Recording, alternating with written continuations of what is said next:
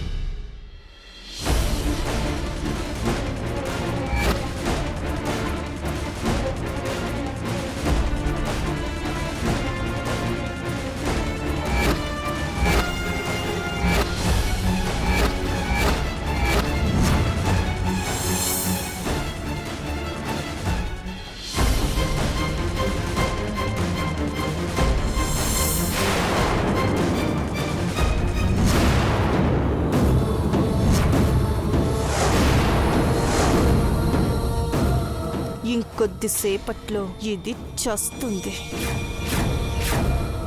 ఎవరి నోరు ఎంత ఎర్రగా పండిందో చూడాలి. ఆంటీ, మీరేమనుకోకపోతే నాదో చిన్న కోరిక. చెప్పమ్మా. దేవాకి తాంబూలం ఇద్దామనుకుంటే లేదు. అందుకే తనని గదిలోకి తీసుకెళ్ళి తాంబూలం రెడీ చేసి ఇద్దరం తినిపించుకుంటాం. వెళ్ళండమ్మా. పెద్దబాబు వెళ్ళు నాన్న. అలాగే అమ్మా.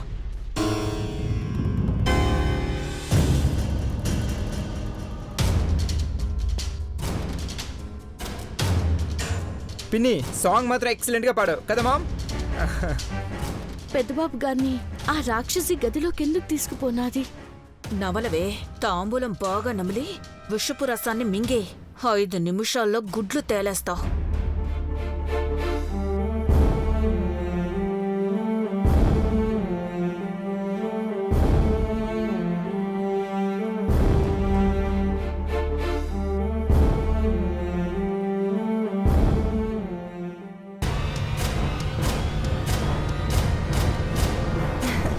నేను చెప్పగానే, నువ్వు ఆంటీ మాట వినగానే నా వెంట గదిలోకి రావడం నాకు చాలా హ్యాపీగా ఉంది దేవా. ఈరోజు ఈ తాంబూలంతో నా నోరు పండాలి.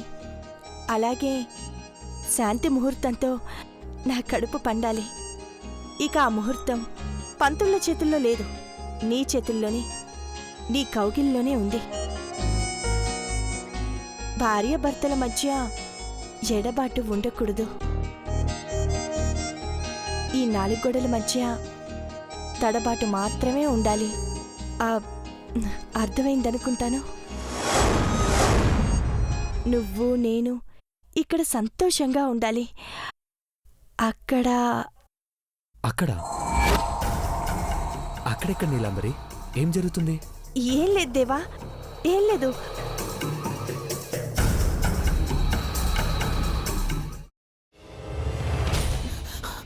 నువ్వు ఇంకేమన్నా చెప్పాలా? ఇంకేమన్నా అబద్ధం చెప్పాలనుకుంటే చెప్పేయి. నేను చూడాలనుకుంటున్నాను నన్ను మోసం చేయడానికి నువ్వు ఎంత నీచానికి దిగజారగలవు అని. ఎందుకు ఆలియా, ఎందుకు నువ్వు ఇలా చేసావు? నీకు తెలుసు కదా నానమ్మ తర్వాత నీ ఒక్కదానిని కదా నేను పూర్తిగా నమ్మేది. ఏమన్నావు నువ్వు? ఈ మధ్య అన్నిటినీ మర్చిపోతున్నావా? అది చాలు. వాటిలో ఉన్న శక్తి విషయాన్ని గ్రహించి మనకు వివరిస్తాయి.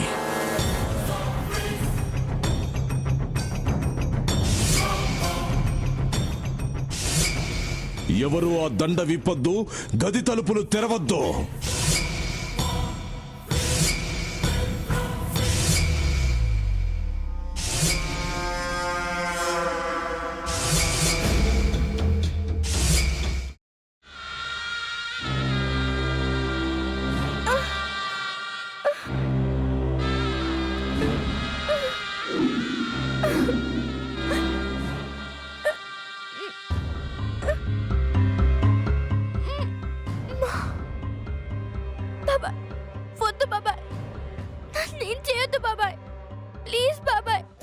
నీకు నిజం తెలిసినప్పుడే నా ఆలోచనలో నువ్వు చచ్చిపోయావు. అబ్బా ప్లీజ్ కొంచెం తినండి ప్లీజ్ భీమారావు గారు మీరా? ఇగో మీరా కాదు సక్కుబాయ్. అవును, మీ పనామే లేచిపోయిందని చెప్పి కంప్లైంట్ ఇచ్చినావు కదా. రేయ్ ఆయన కంప్లైంట్ ఇచ్చింది లేచిపోయిందని కాదు, కనిపించడం లేదు అని. అచ్చా, అట్లానా? సరే మేడం. ఇడియట్. ఆ వంట మనిషి పేరేంటన్నారు? రత్తాలు మేడం. ఏం పెద్ద మంచి, నీ వంట మంచిని కూడా మేడం అని పిలుస్తావా? రేయ్ హాఫ్ బ్రెయిన్,